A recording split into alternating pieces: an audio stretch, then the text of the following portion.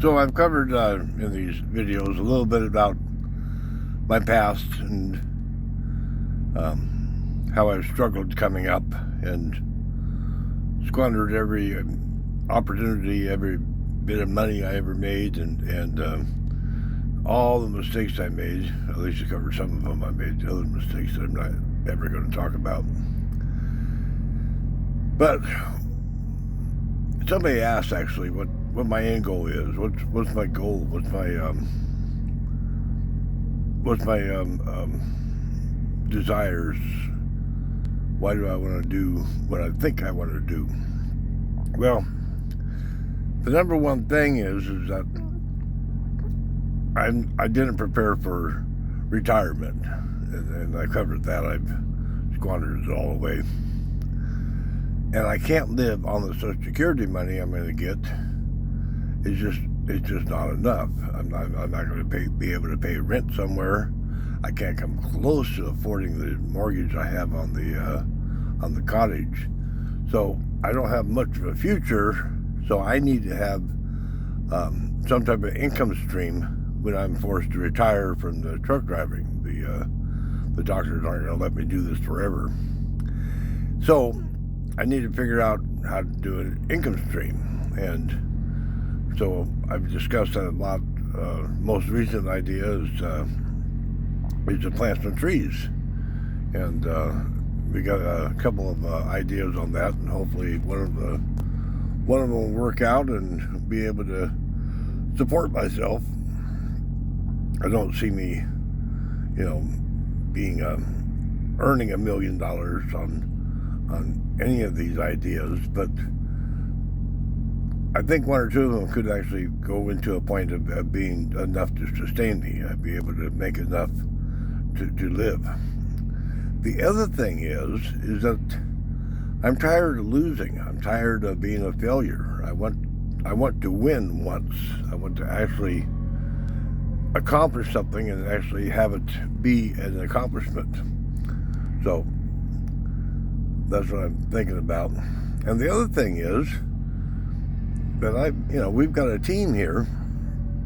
We got a property manager and a person that's doing the yard and all kinds of other things. We got a bookkeeper. We have a special projects man. And if I fail, if I go bankrupt, if I lose the house because I just can't manage it or just can't figure out how to make enough income on it to be able to even cover the mortgage, and I'm letting these people down, and I don't want to do that.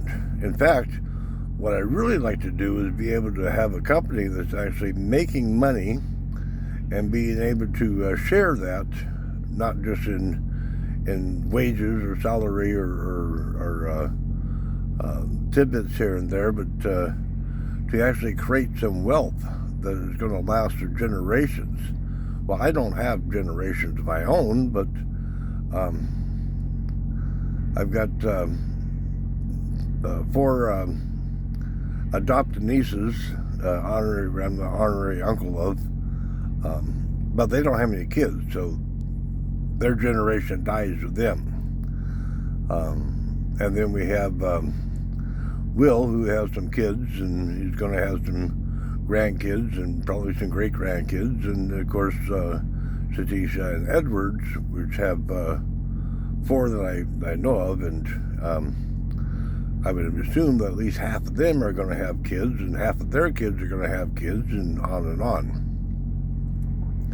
In the old days, you would have 5 kids, and 4 of them would have kids, and 4 of them would have kids, and you'd have a very big posterity. But nowadays, if you do 2, 2, 2, that's more than anybody could expect.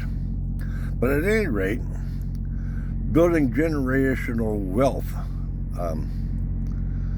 So, yeah, let's see the tree growing operation turns into something, and we do willows and evergreens, cedars and pines and some specialized plants that people actually want to buy, not just locally, but maybe across the country, maybe even across the world. If we can figure all that out, so we start with one greenhouse, and then we get a little plot of land and have a half dozen greenhouses, and then we build a little community up there with cabins and cottages, and eventually a main house, giving people not only a place to live and work, but some ownership, so that they can actually pass that down to generations. Yeah, so that's my okay. Well, what I come up with is this idea that I had that I would create a trust, and I would have just whatever I was able to accumulate at the end of it, and it could be just nothing more than $5,000. And it's in this trust, and the trust is invested in a certain way in S&P 500 index stocks and funds, ETF, which has almost a zero chance of losing everything. It may be several years where it doesn't go anywhere, and then you have a few years where it goes very well, and then several years it flounders at 5%. Then you have 3 years in a row that are doing 25%. That's what I've experienced in my lifetime. But if you actually look at the stats, the S&P 500 has gone up, at least with the with dividends, at in excess of 10% a year on average. Well, let's say you take that $5,000, you put it in the S&P 500, it averages 10%. That means it doubles every 7 years. 50 years from now, there's going to be some serious money in there.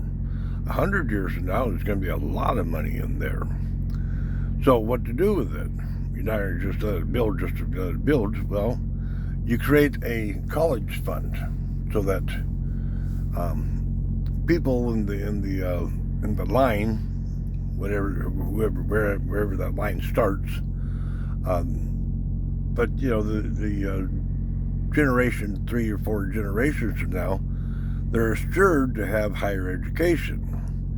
Every child could without excuse, between their own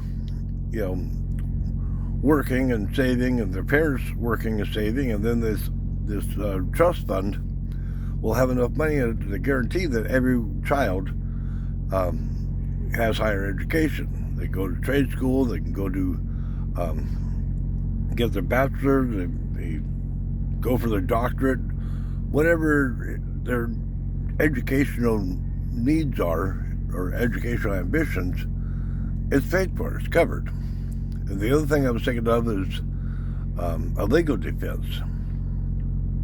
So you take the money, you invest it in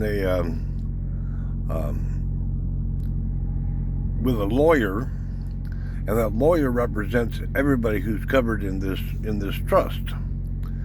And so if they get in trouble, they get an automatic consultation, and a serious one, not just the internet consultations. But they come in, they sit, they figure it all out, and they say, okay, well, here's your strategy. This is what we can do. Well, if it's a criminal issue, you're not going to just throw money at it, but you might give them some advice and say, you can do this yourself, or you can take some savings, or you can tap in your folks, and you can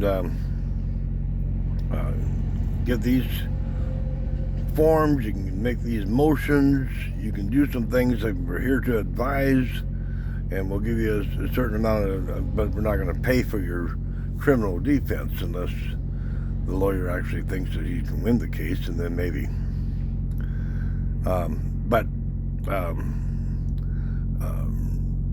You can have referrals to real estate lawyers, business lawyers, tax lawyers.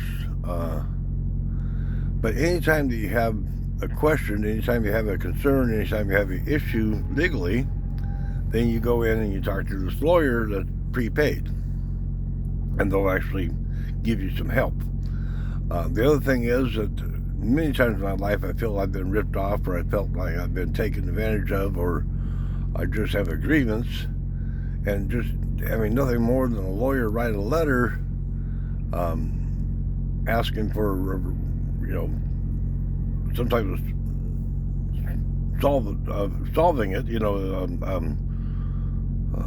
There's legal words for this, I don't know it. Anyhow, you have access to the lawyer. So you have a lawyer, a legal fund, an education fund, and finally, you would have a business fund. So let's say that your great-great-great-grandson gets it in his head that he wants to start a nursery and he wants to start raising some exotic tropical plant, which is kind of what I'd like to do. And he does the research and he figures out there's a market for it, and he can figure out what it's going to cost him to do it, and he can have, this is what I need.